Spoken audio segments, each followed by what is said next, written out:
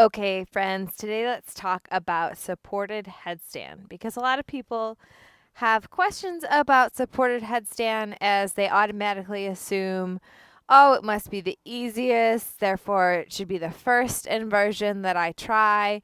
And while I do think supported headstand can be the most accessible to find balance for some people, also sometimes tripod, depending on your specific anatomy, it is not the easiest inversion as far as complexity or even risk factors. Obviously, because we have the neck involved, there's going to be some additional risk factors for the neck and the spine as compared to something like forearm stand and handstand.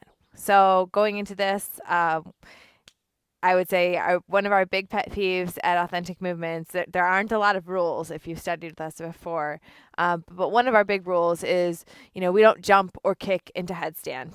Maybe there's some people who can jump and kick into headstand if they've been practicing them for a long time and it's part of their program, but while jumping and kicking are fine for something like forearm stand and handstand when we're on our head and the spine and the neck are involved, we tend to either use controlled progressions up a wall or using a chair or a float method to slowly pull the feet off the ground. So let's talk about the setup for supported headstand, and then I'll show you using a wall as well, which is similar to the handstand or forearm stand drill using the wall.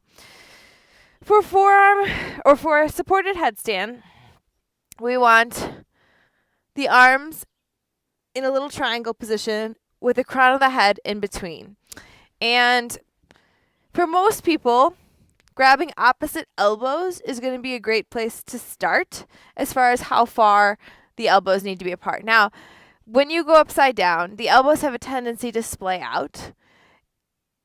It is partially due to what we talked about in our last tutorial, and that is lack of overhead flexion of the shoulder. And that's also just a natural tendency for them to widen because for a lot of us, it feels like you have a wider base of support if the elbows widen, but that's really not true because it becomes a thinner line if you're looking at it from the other direction than having the points of the fists and the elbows behind. So we have to continuously think about hugging them towards the midline. I start supported headstand from Vajrasana, or knees together, feet together, grabbing those opposite elbows and then planting them down as close to my knees as possible. Now, if that is really challenging for you, don't worry, you can push your elbows further away. It just means you're going to have to walk your feet further forward in the future. So if spinal flexion is a challenge for you here to put the elbows down, put them farther away, but aim to put them as close as possible. Release the hands and then interlace the fingers, planting the knife edge of the hands on the floor. And this is one of the big debates about supported headstand. Do you smash the palms together? Do you open the palms up? What do? Well, we teach that straight lines are strong lines at Authentic Movement. So that is neither smashing the palms together, which will break the line of the wrist, and it's not opening or fitting the head in the hands, which is also going to break the line of the wrist. It's something in between. So as you can see for me specifically, that's about 1 inch in between my hands. And I'm not going to put my head in between my hands. I want this support bracket of the hands with the head behind it. So I have additional spots that are coming in contact with the floor. Also, this is not nearly as muscularized or as controlled as me hugging in towards the midline and then having my head behind. Next big question, what part of the head touches the floor? The crown of the head or the very top of the head. Not your forehead, not the back of the head, not the side of the head. We have trouble when we're first learning this, understanding what the crown of the head is. So having someone watch you or looking at your video maybe from the side to see, am I actually on the crown of my head or the tip top of my head?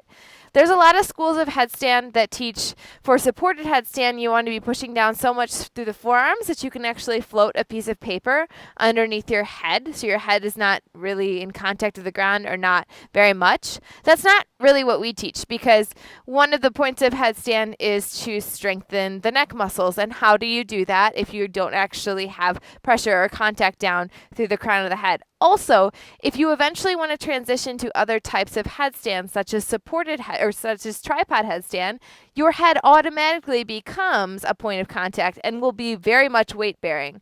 So why not work on a weight bearing position in a structure that is a little bit more secure, like this supported headstand? So there's a lot of things to remember as we go upside down. We want to think about pushing the forearms down into the mat, the crown of the head down into the mat, and then lifting the shoulders up away from the ground so that we can think about long neck. Crown of the head pushes down, forearms push down, shoulders lift up away from the floor while we're hugging the elbows in.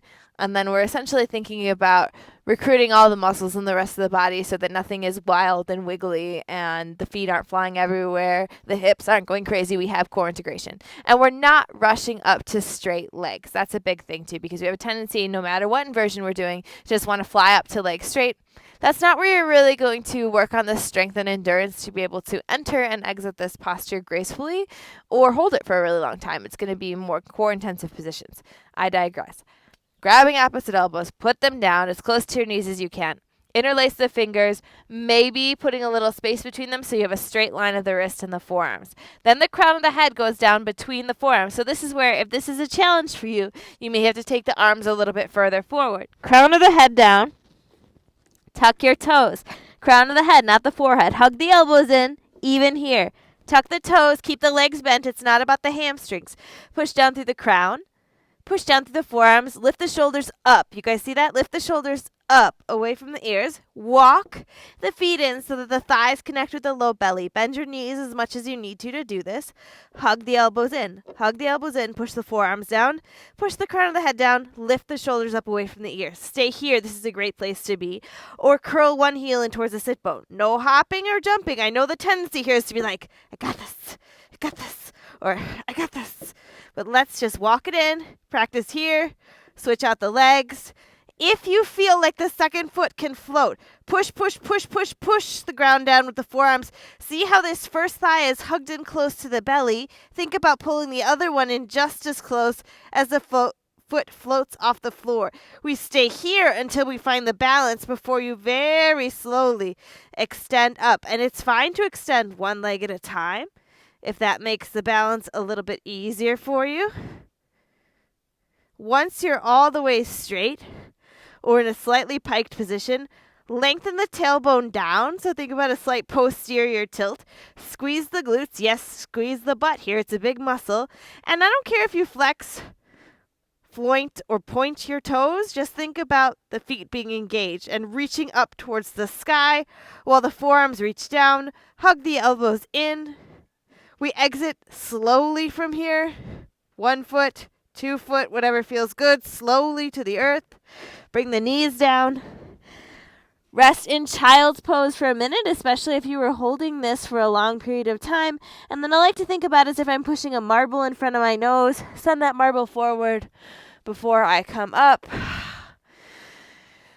Giving yourself time to kind of transition back to right side up. But again, headstand is a complex inversion. Just because it's the easiest to balance does not mean that there aren't risk factors and other things you should be thinking about.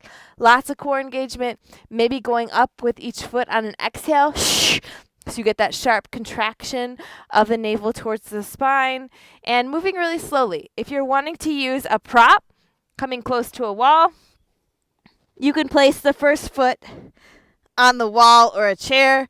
And the same way we do in any of our handstand drills, reach the other one up towards the sky. I'm not going to kick off the wall. I'm simply going to pull my foot in.